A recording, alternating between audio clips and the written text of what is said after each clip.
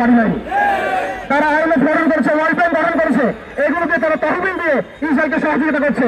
আমরা বিকল্প রাষ্ট্র এবং বিকল্প রাষ্ট্র ব্যবস্থা এখন পর্যন্ত কাজ করতে পারছি না।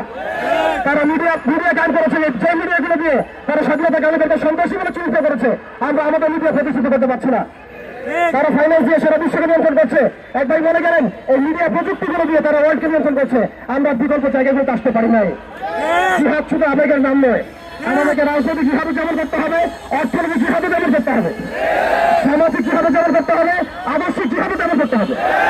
আমাদেরকে যেমন সামরিকভাবে শক্তিশালী হতে হবে, তেমনি আমাদেরকে জনবদ্ধ হতে হবে। যতক্ষণ পর্যন্ত আমরা বাংলার জমিয়ে একটা শরিয়া এবং ইমান রাষ্ট্র কায়েম করতে পারছি না, ততক্ষণ পর্যন্ত আমরা আন্তর্জাতিক মহলে এটাকে চাপে রাখতে পারবো না। আবার বলছি শুনুন, যতক্ষণ পর্যন্ত আমরা বাংলাদেশে একটা শরিয়া এবং ইমান রাষ্ট্র কায়েম করতে পারছি না, ততদিন পর্যন্ত আমরা আন্তর্জাতিক মহলে ওদেরকে চাপে রাখতে পারবো না। একজন ব্যক্তি কখনো রাষ্ট্রের বিরুদ্ধে যুদ্ধ করতে পারে না, একজন ব্যক্তি একক ব্যক্তি রাষ্ট্রের বিরুদ্ধে যুদ্ধ করতে পারে না, কিন্তু ইসলামী রাষ্ট্র চাইলে অবশ্যই রাষ্ট্রের বিরুদ্ধে যুদ্ধ করতে পারে। অর্থাৎ এই মিশনটা অনেক লম্বা। এটা একদিনের শোডাউন, একদিনের এই কনফারেন্স, একদিনের এই মিডিয়া কভারেজ, একদিনের মিছিল মিটিংয়ের বিষয় নয়। আমাদেরকে সুদূর প্রসারী লক্ষ্য নিয়ে এই ইসরায়েলকে এই পৃথিবীর মাটি থেকে নিচে ফেলার জন্য যা যা করণীয় তাই করতে হবে। আপনারা হীনবল হবেন না এবং দুশ্চিন্তাগ্রস্ত হবেন না।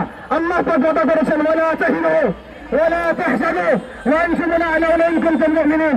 তোমরা হীনবল হও না, তোমরা দুশ্চিন্তাগ্রস্ত হও না, তোমরাই বিজয় হবা ইনশাআল্লাহ, তোমরা যদি মুমিন হয়ে থাকো।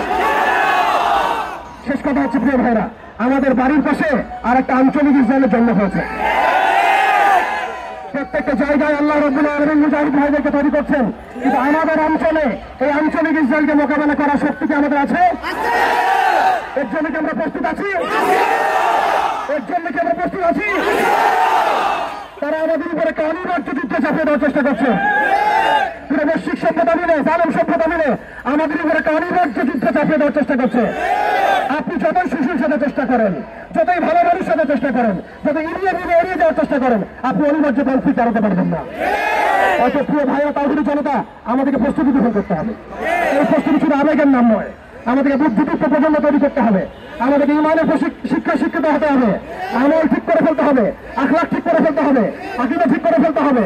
মনে রাখবেন, বিভ্রান্ত আকীদার মানুষের দ্বারা বিজয় লাভ করা সম্ভব নয়। সাময়িক একটা ভাইব ক্রিয়েট করা সম্ভব, কিন্তু প্রকৃত বিজয় অর্জন করা সম্ভব নয়।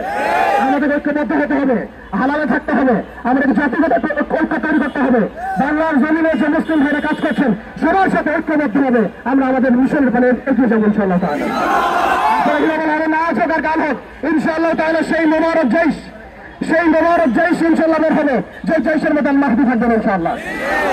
আছে তার গান হোক, সেই জৈশ অবশ্যই বের হবে যার মধ্যে আল্লাহ থাকবেন ইনশাআল্লাহ। সেই সময় ঘনিয়ে আসছে, সেই সময় চাইনিজ ক্লোজিং ডাউন, সেই সময় ঘনিয়ে আসছে ইনশাআল্লাহ। এর জন্য প্রস্তুতি গ্রহণ করি। আল্লাহ পাক সবাইকে তৌফিক দান করেন। আল্লাহ পাক আমাদের সবাইকে যে মোবারক কাফেলা অংশ নেওয়ার তৌফিক দান করেন। সবাইকে আল্লাহ পাক শারীরিক, মানসিক, আত্মিক, ঈমানি সব দিক দিয়ে প্রস্তুত করেন। আল্লাহ পাক সবাইকে ঈমান দীপ্ত একটা প্রজন্ম দেওয়ার তৌফিক দান করেন। ঐক্যবদ্ধ জামায়াত করার তৌফিক দান করেন। পন্থীদের বিশুদ্ধ কাফেলা গঠন করার তৌফিক দান করেন। আল্লাহ রাব্বুল আলামিন আমাদের সবাইকে বাইতুল মুকাদ্দাস বিজয় করার তৌফিক দান করেন। লাস্ট কথা, তারা আমাদের সামনে একটা অপশন দিয়ে দিয়েছে। এই বৈশ্বিক জালেম সভ্যতা আমাদের সামনে একটা অপশন থ্রো করেছে। হয় আপনি তাদের দাস হবেন, না হলে আপনি মরবেন। আপনি নিয়ে দিলে একটা রাস্তা বের করতে পারবেন, তাদের পা চাটতে পারেন। যদি পা চাটেন তাহলে তারা আপনাকে ছেড়ে দিবে। যদি আপনি স্বাধীনতা চান, তাহলে ওরা আপনার সামনে দুইটা অপশন দিয়েছে, হয় দাস হন তাদের, না হলে মরেন। আমরা বলতে চাই, আমরা শহীদ হবো তাই তোমাদের দাস হবে না। আমরা শহীদ হয়ে যাবো তাই তোমাদের দাস হবে না। হয় আমরা আমাদের কাজ এবং দাওয়াত এবং জিহাদ পরিচালনা করতে করতে শহীদ হয়ে যাবো, অথবা ইনশাআল্লাহ তাআলা আজ হোক আর কাল হোক আল্লাহ পাক আমাদের হাতে বাইতুল মুকাদ্দাসের এই কালিমার পতাকা রাখবেন ইনশাআল্লাহ। এই কালিমার পতাকা ছাড়া বাইতুল মুকাদ্দাস মুক্ত হবে না। কোন জাতীয়তাবাদ, গণতন্ত্র, ধর্মনিরপেক্ষতাবাদ আর কমিউনিজম দিয়ে বাইতুল মুকাদ্দাস আপনি বিজয় করতে পারবেন না। কথাগুলো যত দ্রুত বুঝবেন ততই ভালো, কথাগুলো যত দ্রুত বুঝবেন ততই ভালো। আল্লাহ পাক আমরা সবাইকে বোঝার তৌফিক দান করেন।